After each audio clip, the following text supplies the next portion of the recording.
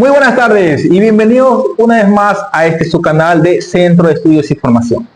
El día de hoy les voy a explicar algo y un poco más lo que concierne a la ética dentro de la farmacia. Y eso tiene que ver con respecto a los fármacos que nosotros recomendamos. Recordemos que nosotros podemos recomendar los fármacos, pero no podemos recomendar todo tipo de fármacos. Por ejemplo, no podemos recomendar fármacos para la presión, fármacos para la diabetes, fármacos para la tiroides. No podemos recomendar ese tipo de fármacos, ya que concierne un estudio clínico a ese paciente. Por ende, solo el médico lo puede hacer. ¿Ok? Esta parte ética la quiero topar porque en farmacia se ve mucho de que a veces el paciente llega exigiendo que se le venda cierto tipo de medicamento para su malestar, para su enfermedad. ¿Ok?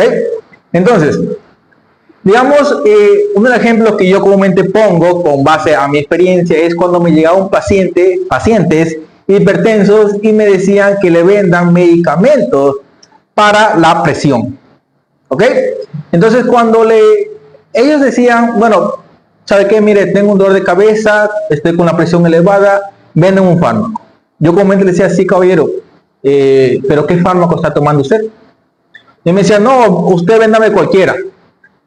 Entonces, partiendo de este punto, no le podemos vender cualquiera, porque el paciente, el cliente cree que todo medicamento para la presión sirve necesariamente para la presión, porque la presión simplemente es relajar los vasos sanguíneos, relajar el corazón, y con eso se alivia lo que es la presión. Pero no, recordemos que cada fármaco tiene su acción dependiendo del tipo de organismo al cual va a tratar. No toda la presión que se eleva es en el mismo contexto. Por ejemplo, digamos, en el caso de la enalapril, en cambio inhibe la enzima que eleva la presión, ¿ok? Por ende, lo que va a hacer es que relaja a los vasos.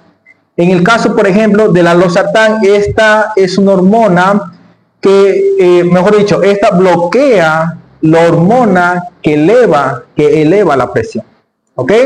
En el caso, por ejemplo, del alodipino, este en cambio eleva y relaja y ensancha, lo que iba a decir, eleva la presión, relaja y ensancha lo que son los vasos sanguíneos. Para esa manera el flujo se mantenga de manera moderada y no muy elevada.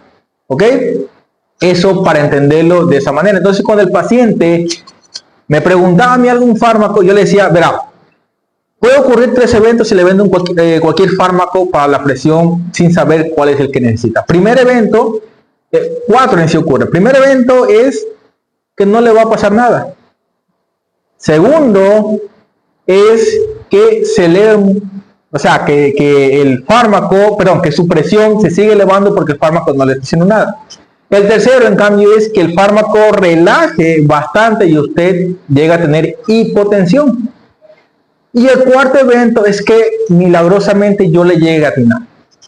¿Ok? Entonces, si es que yo le llego a atinar, es algo ya pura suerte, porque en sí yo no sé cuál esté padeciendo. ¿Ok? Entonces, o se eleva mucho la presión o le bajo mucho la presión y se puede desmayar y puede ser peor. Así que, por favor, ayuden con un nombre.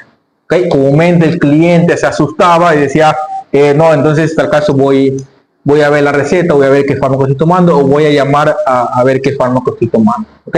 Claro está que hay otros pacientes que decían, no, ¿sabe qué? Entonces voy a otra farmacia que sí me vende.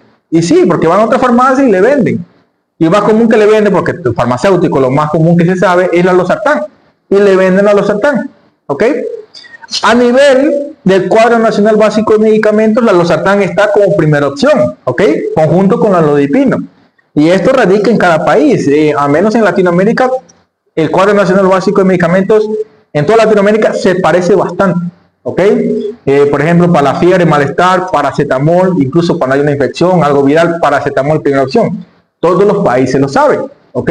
Por eso nos quejamos mucho de que vamos al hospital y nos den siempre paracetamol, justamente porque es la primera opción a recomendar cuando hay este tipo de eventos. ¿Bien? Lo mismo ocurre con la hipertensión. Y lo mismo, por ejemplo, es con respecto a la diabetes. pacientes que quieren que le vendan algo para diabetes, pero nosotros no sabemos en sí a qué, por qué le produjo esa diabetes, ¿ok? Cuáles son ya los vasos dañados, los órganos dañados, porque no le podemos vender así por así.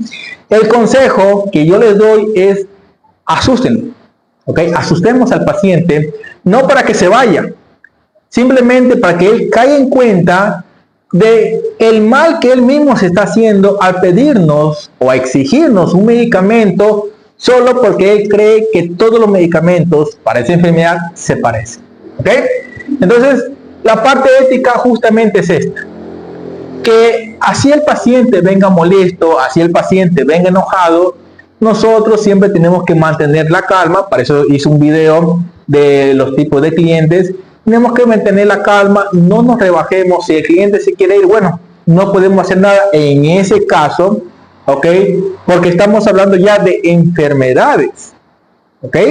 Enfermedades en las cuales el paciente ya tiene su medicación por parte del médico, ¿ok?